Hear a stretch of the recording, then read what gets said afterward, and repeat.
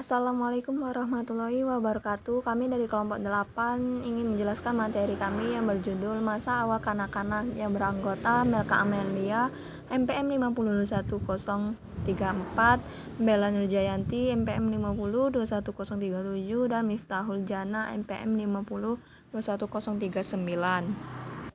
A. Pengertian perkembangan. Menurut Sherilla 1957, perkembangan adalah perubahan progresif dalam organisasi organisme, dan organisme ini dilihat sebagai sistem fungsional dan adaptasi sepanjang hidupnya. Perubahan progresif ini meliputi dua faktor, yaitu kematangan dan pengalaman. Speaker 1966 mengemukakan dua macam pengertian yang harus dihubungkan dengan perkembangan, yaitu ortogenetik, yaitu berhubungan dengan perkembangan sejak terbentuknya individu yang baru dan seterusnya sampai dewasa. Yang kedua, filogenetik, yakni perkembangan dari asal-usul manusia sampai sekarang ini.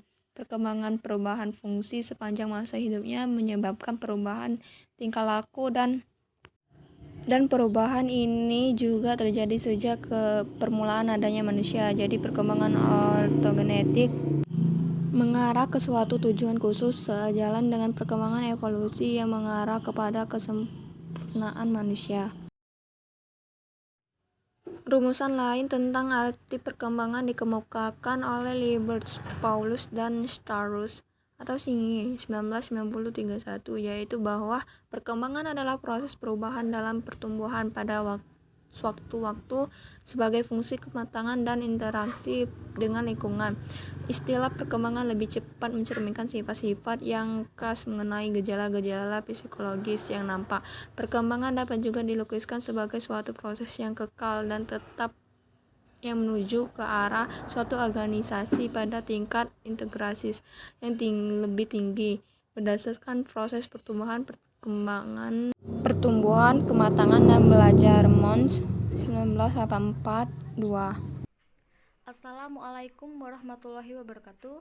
Nama saya Miftahul Jana, NPM 5021039. B. Kegiatan dan tingkah laku bermain. Awalnya, keterampilan motorik kasar, tangan dan kaki sudah dapat digerakkan dengan cepat, tetapi belum dapat melaksanakan gerakan-gerakan yang lebih halus, seperti penggunaan jari-jari tangan.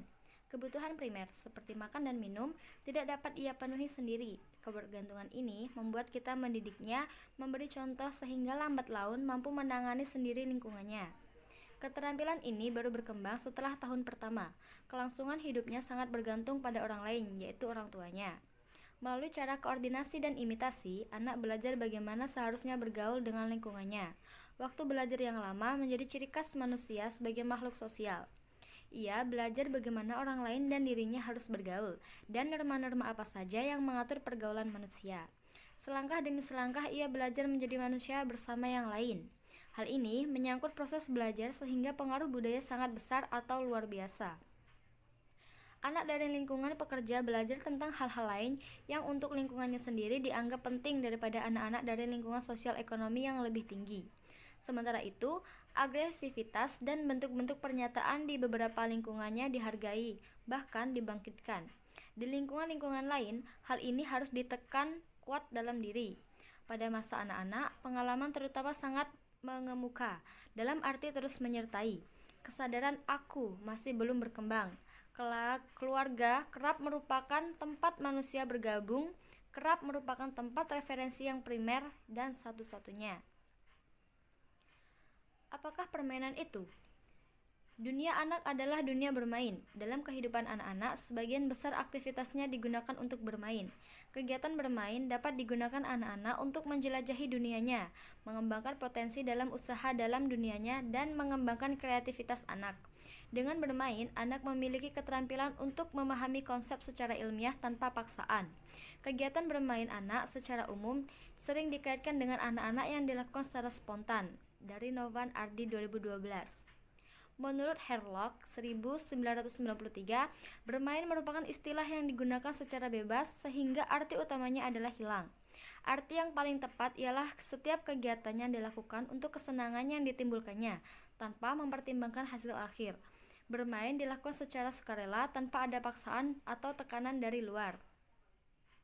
Banyak konsep dasar yang dapat dipelajari anak melalui aktivitas bermain. Pada usia persekolah, anak perlu menguasai berbagai konsep dasar tentang warna, ukuran, bentuk arah, besaran, dan sebagainya. Konsep dasar ini akan lebih mudah diperoleh anak melalui bermain. Kegiatan bermain jika ditinjau dari sumber kegembiraannya dibagi menjadi dua, yaitu bermain aktif dan bermain pasif. Sedangkan jika ditinjau dari aktivitasnya, bermain dapat dibagi menjadi empat, yaitu bermain fisik, bermain kreatif, bermain imajinatif, dan bermain manipulatif. Jenis bermain tersebut juga merupakan ciri bermain pada anak usia persekolah dengan menekankan permainan dengan alat-alat permain seperti hanya balok, bola, dan sebagainya. Dari Novan Ardi 2012. Anak-anak belajar melalui permainan mereka. Pengalaman bermain yang menyenangkan dengan bahan, benda, anak lain, dan dukungan orang dewasa membantu anak-anak berkembang secara optimal. Dana Muti'ah 2010 halaman 91. C. Perkembangan fisik dan psikomotorik. Cohen dan Thompson Unlock 1956 mengemukakan bahwa perkembangan fisik individu meliputi 4 aspek, yaitu 1. Sistem syaraf yang sangat mempengaruhi perkembangan kecerdasan dan emosi. 2. Otot-otot yang mempengaruhi perkembangan kekuatan dan kemampuan motorik. 3. Kelenjar endokrin yang menyebabkan munculnya pola-pola tingkah laku baru, seperti pada usia remaja berkembang perasaan senang untuk aktif dalam suatu kegiatan yang sebagian anggotanya terdiri dari lawan jenis. Dan 4. Struktur fisik atau tubuh yang meliputi tinggi, berat, dan proporsi. Perkembangan psikomotorik adalah perkembangan mengontrol gerakan-gerakan tubuh melalui kegiatan yang terkoordinasi antara saraf pusat dan otot, dimulai dengan gerakan kasar yang melibatkan bagian besar dari tubuh seperti duduk, berjalan, berlari, meloncat, dan lainnya. Kemudian dilanjutkan dengan koordinasi gerakan halus seperti meraih suatu yang wajar. Hal tersebut dianggap sebagai suatu kemampuan otomatis sehingga perkembangannya kurang diperhatikan.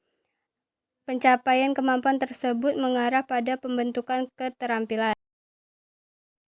1. Karakteristik perkembangan fisik pada masa kanak-kanak 0-5 tahun. Perkembangan kemampuan fisik pada anak kecil dimulai dengan mulai mampu melakukan bermacam-macam gerakan dasar yang semakin baik, yaitu gerakan-gerakan berjalan, berlari, melompat, dan meloncat, berjingkrak, melempar, menangkap, yang berhubungan dengan kekuatan yang lebih besar sebagai akhir pertumbuhan jaringan otot lebih besar. Selain itu, perkembangan juga ditandai dengan pertumbuhan panjang kaki dan lengan secara proporsional. Perkembangan fisik pada masa anak juga ditandai dengan koordinasi gerak dan keseimbangan berkembang dengan baik. 2. Karakteristik berkembang fisik pada anak usia 5-11 tahun. Perkembangan waktu reaksi lebih lambat dibanding masa kanak-kanak. Koordinasi mata berkembang dengan baik. Masih belum mengembangkan otot-otot kecil. Kesehatan mulai relatif tidak stabil dan tidak mudah sakit, rentan, dan daya tahan kurang. 1. Karakteristik perkembangan psikomotorik pada anak usia 3 tahun. Tidak dapat berhenti dan berputar secara tiba-tiba atau secara cepat. Dapat melompati 15-24 inci. Dapat menaiki tangga tanpa bantuan. Dengan berganti kaki dapat berjingkrak.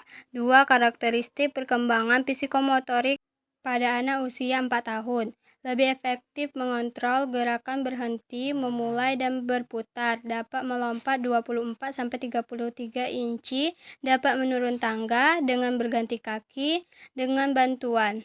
Dapat melakukan jingkrak 4-6 langkah dengan satu kaki.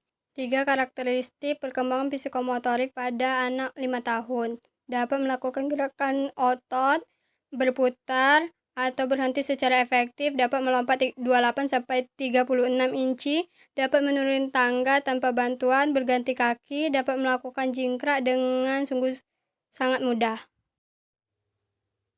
Faktor yang mempengaruhi perkembangan fisik dan psikomotorik. Terdapat beberapa faktor, diantaranya A. Keluarga meliputi faktor keturunan yang mampu maupun faktor lingkungan. B. Gizi, contohnya peserta didik yang memperoleh gizi yang cukup biasanya akan lebih tinggi tubuhnya dan sedikit lebih cepat mencapai taraf remaja dibandingkan dengan mereka yang kurang mendapatkan asupan gizi. C. Gangguan emosional. Contohnya, peserta didik yang terlalu sering mengalami gangguan emosional akan menyebabkan terbentuknya steroid yang berlebihan, dan ini akan membawa akibat berkurangnya pembentukan hormon pertumbuhan kelenjar D. Jenis kelamin. Contohnya, peserta didik laki-laki cenderung lebih tinggi dan lebih berat daripada peserta didik perempuan. Status sosial ekonomi. Contohnya, peserta didik yang berasal dari keluarga dengan status sosial ekonomi rendah cenderung lebih kecil daripada anak yang berasal dari keluarga yang status ekonominya tinggi. Kesehatan. Kesehatan. Contohnya, peserta didik yang sehat dan jarang sakit biasanya akan memiliki tubuh yang lebih berat daripada anak yang sering sakit. Pengaruh bentuk tubuh. Bangun atau bentuk tubuh, apakah mesomorph, ectomorph, atau endomorph, akan mempengaruhi besar kecilan tubuh peserta didik. Pertumbuhan dan perkembangan sistem saraf. Pertumbuhan saraf dan perkembangan kemampuan peserta didik membuat intelligence atau kecerdasan meningkat dan mendorong timbulnya pola-pola tingkah laku baru. Pertumbuhan otot-otot. Peningkatan tonus tegangan otot peserta didik dapat menimbulkan perubahan dan peningkatan aneka ragam kemampuan dan kekuatan jasmaninya. Perkembangan dan perubahan fungsi kelenjar-kelenjar endokrin. Perubahan fungsi kelenjar-kelenjar endokrin akan mengakibatkan berubahnya pola sikap dan tingkah laku peserta didik terhadap lawan jenisnya. Perubahan struktur jasmani. Semakin meningkat usia peserta didik akan semakin meningkat pula ukuran, tinggi, dan bobot serta proporsi atau perbandingan bagian tubuh pada umumnya.